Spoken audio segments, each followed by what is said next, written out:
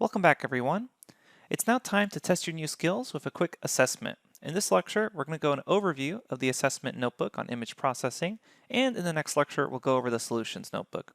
It's up to you how you want to treat this project, if you just want to go along with this lecture and then attempt every task on your own, or you can skip forward to the next lecture and treat it as a code along and code along with us for the solutions.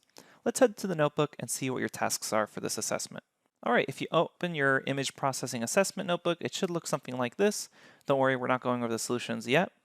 There is some code here that's just some useful code that should already be there for you. It's just the imports that we usually use, and also this display image function that displays images a little larger. And you can feel free to play around with the fig size here in case you want to display images a little smaller or a little larger in the notebook. Your first task is to open and display the giraffes.jpg image that is located in the data folder. And make sure you use color spacing to actually display the colors correctly. So once you do that, you should see a photo of some giraffes that looks something like this. It's just a pair of giraffes. Then the next task here is to apply a binary threshold onto the image. So it should look something like this.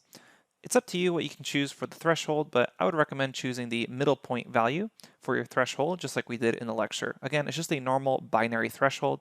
Everything should either be a 0 or 255 at the end, so either black or white.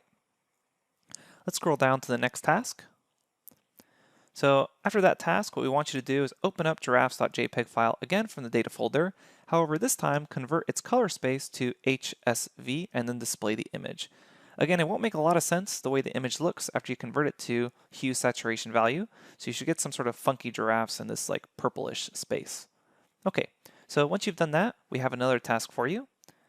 So this task is to create a low pass filter with a 4x4 kernel filled with values of 1/10 or 0.01, and then use 2D convolution to blur the giraffe image that we got above. And we actually want this in normal RGB.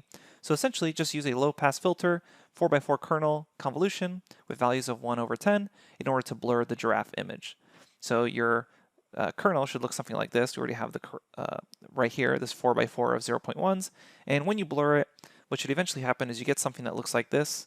It almost looks like you applied a gamma to it because it's really bright, but notice that giraffes are a little blurrier. The entire cloud and white space is now blurred to just a pure white, and everything's a little brighter and a little blurrier.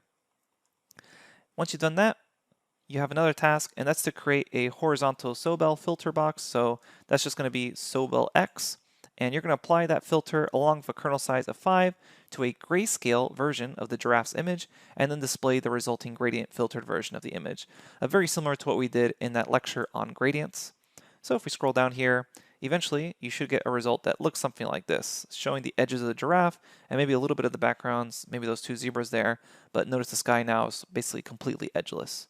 Okay, so that's it for your tasks. Oh, oops, sorry, you got one more left.